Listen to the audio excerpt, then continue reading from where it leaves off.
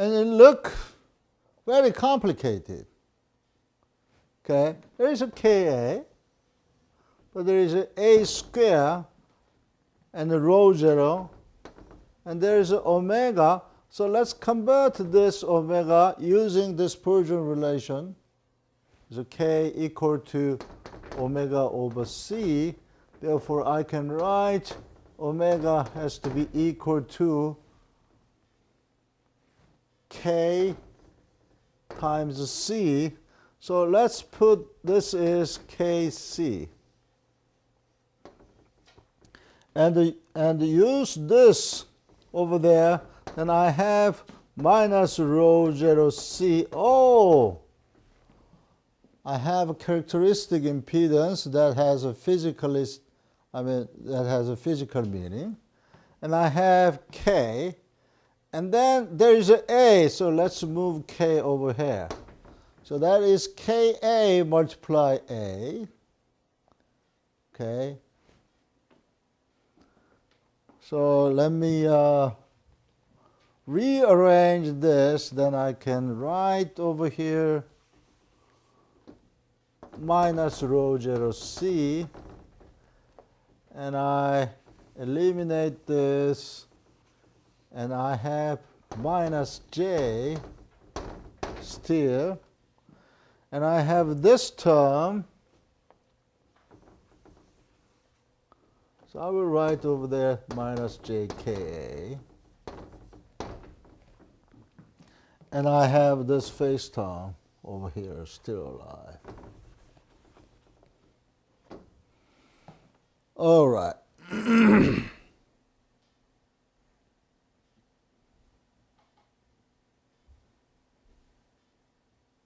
Okay, then I can move this Ka squared as Ka, and then I use A over there. So this term is interesting because it measures relative distance compared with the radiator's size. Okay? And the pressure depends on Ka. And the characteristic impedance, and also it depends on U0. Oh, that makes sense. And this term is interesting. If you see the magnitude of this term, then it looks like I have minus 1 and plus jka. So magnitude of this term is strongly depends on Ka squared. Okay? So let me change this term in rather physically sensible term. It turns out that I have, if I multiply minus 1 minus jk, but it is not convenient, but I have minus 1 over here, so I will take this minus and then correct this.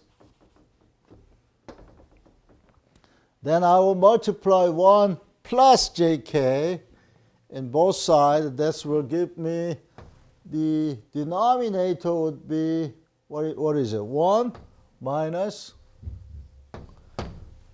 if I multiply 1 plus jk, I have 1 plus ka squared.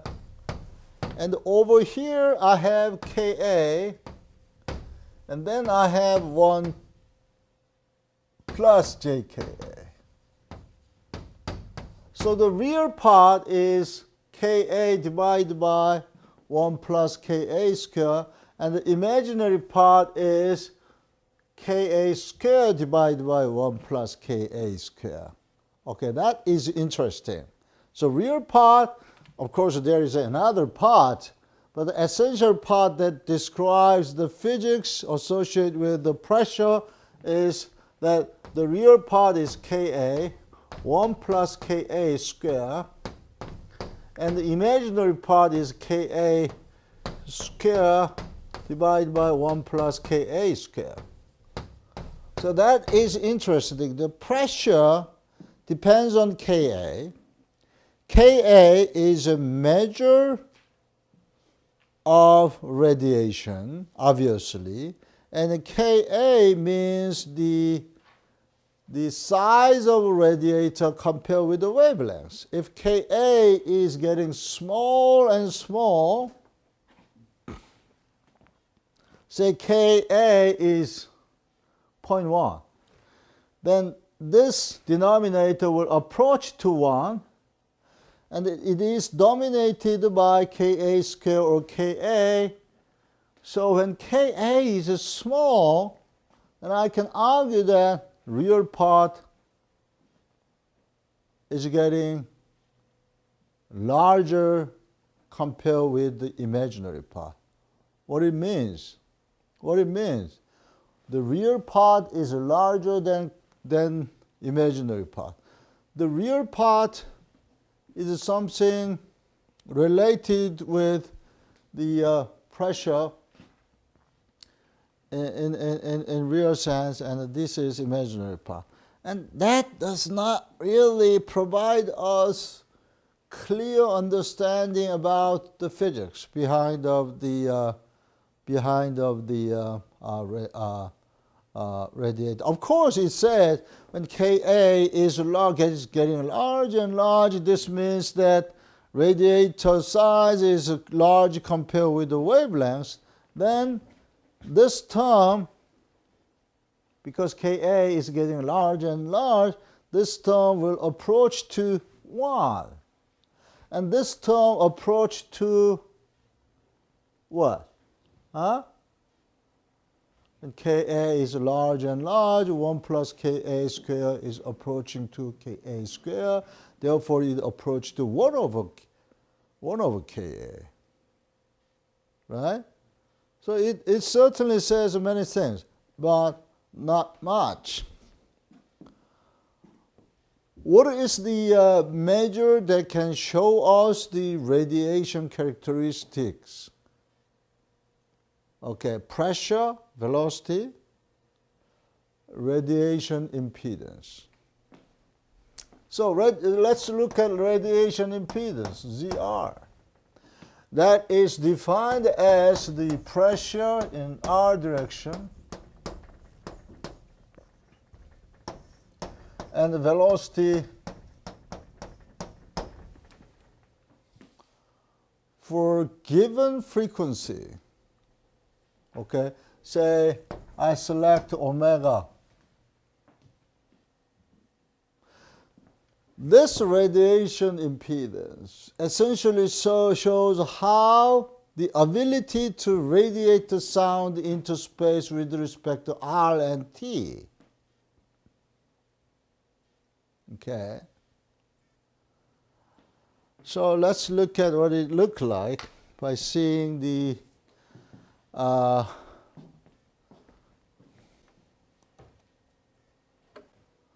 okay, let's first see the velocity and pressure.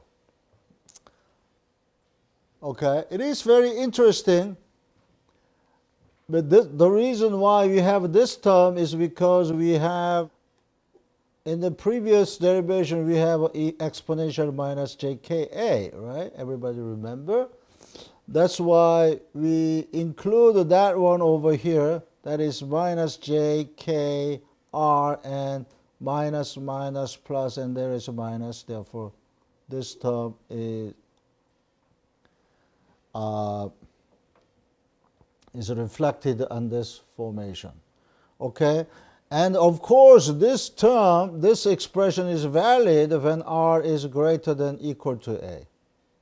So this expression is good because I am seeing the phase away from A, because I subtract the A from R minus A.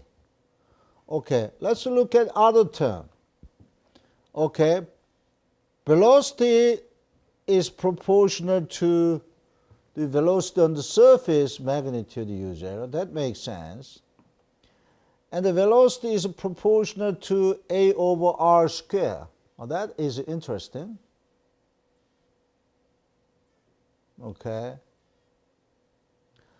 So That means as we far away from the source, that means an r is getting large and large, the velocity is decreasing proportional to 1 over r square. Okay, that sounds good because to conserve the energy, which we will see later on, as the surface is getting large and large, okay, area of a surface is 4 pi r squared. So because the velocity is proportional to 1 over r squared, if you multiply the area, certainly velocity through the surface would be same if it is a 4 pi r squared. Okay, the pressure has the same form, and interesting thing is that this term. Okay, this term. So to see the physics, let's see the radiation impedance. That is the pressure divided by velocity. And it looks like that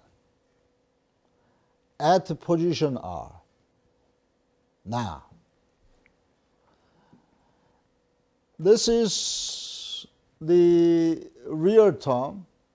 The real term shows how effectively radiate. In other words, the real term simply shows that the fluid particle is moving in phase with the pressure. In other words, when I push the fluid with the pressure P, the real part says the motion of fluid in phase with the pressure. That has the term look like that. This is the imaginary part. That's the term reflect the fluid particles moves with the outer phase of J. Okay, so that is a reactive term. And interestingly, the numerator of real term is proportional to kr square, and imaginary part of the numerator is proportional to kr.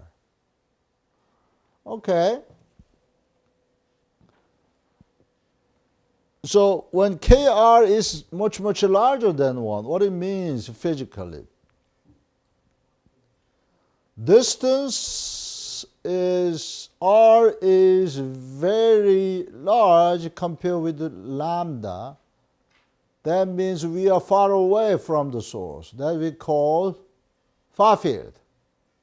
In the far field, because kr is very large,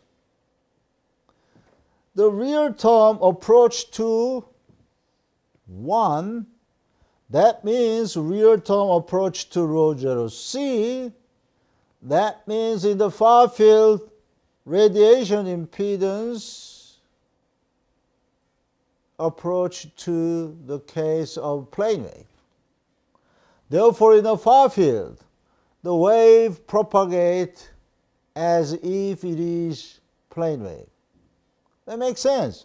There's a breathing sphere in the far field. Wavefront looks planar, therefore wave is propagating as a plane wave. And let's look at the imaginary part. When kr is very large, then what's going to happen? 0 again? Okay, you said this is 0 and this is 0 too. But it's a different function, right? But rate of decreasing, if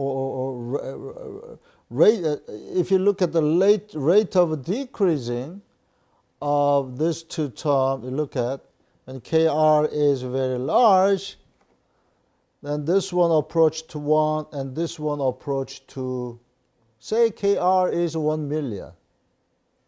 Then when 1 million square is much larger than 1 million, therefore it approaches to negligible value. So in a far field, because wave propagates as a plane wave, the reactive term is very small.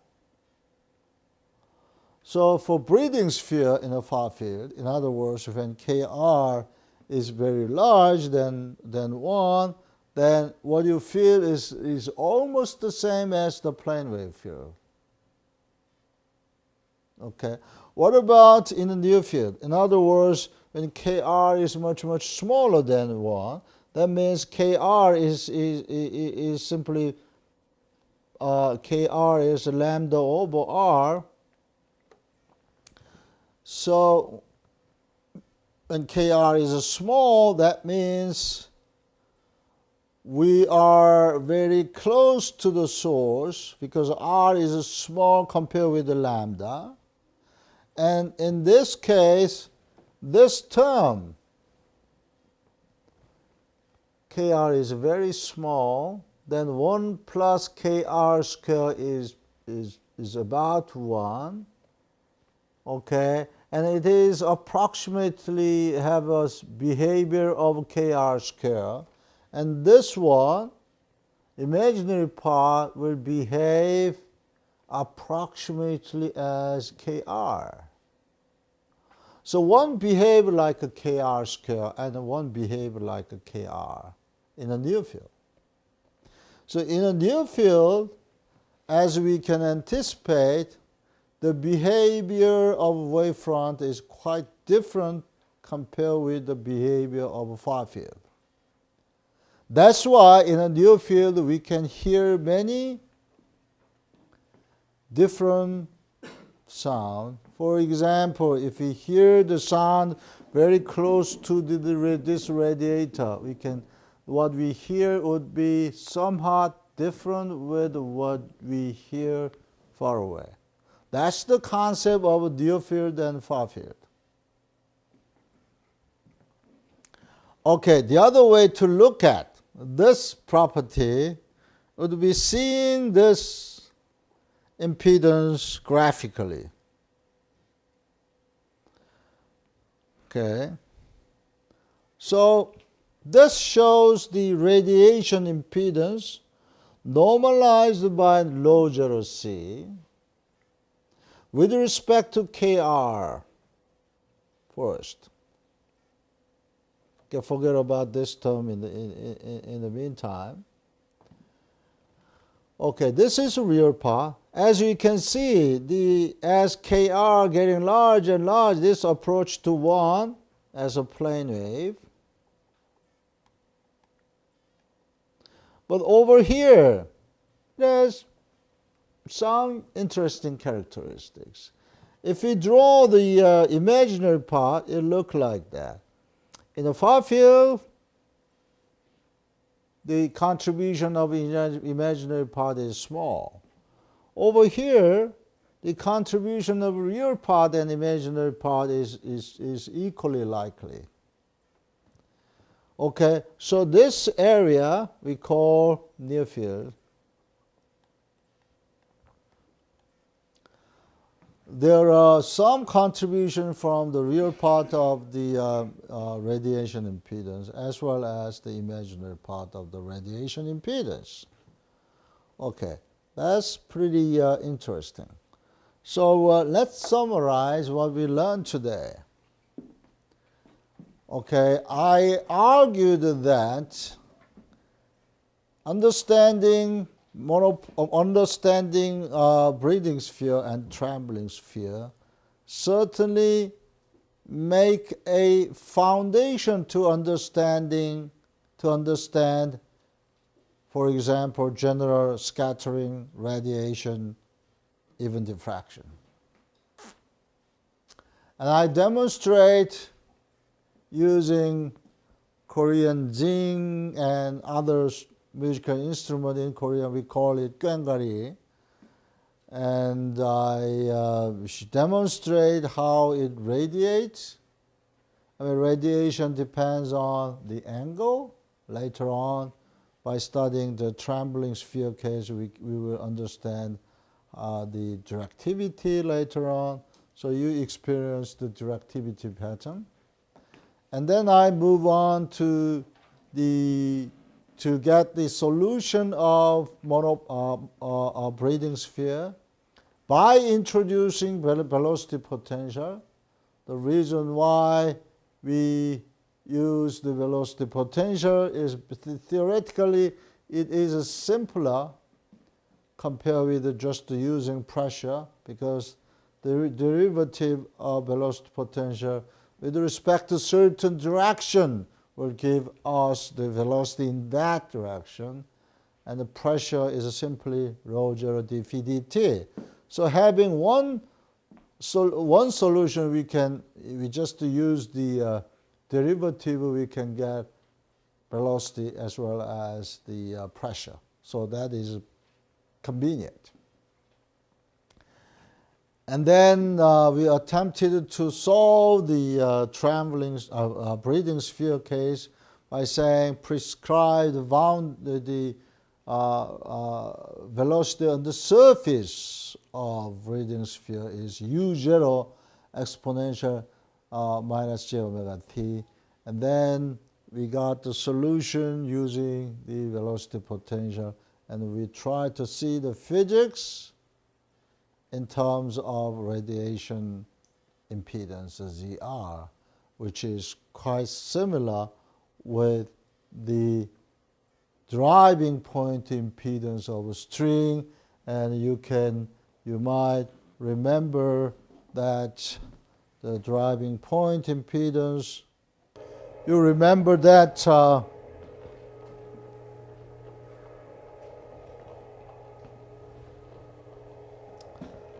driving point impedance of infinite string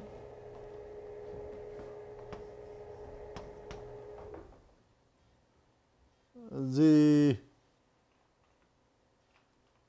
M I think I used was rho 0 CL. That is the speed of propagation of a string, and the driving point impedance of a string when it has a wall, and that look like what? There's only imaginary part and a rho 0 C, and it has the form of a cotangent KL. Right? So driving point of a string depends on the length, and then K. It also measures the length scale with respect to lambda.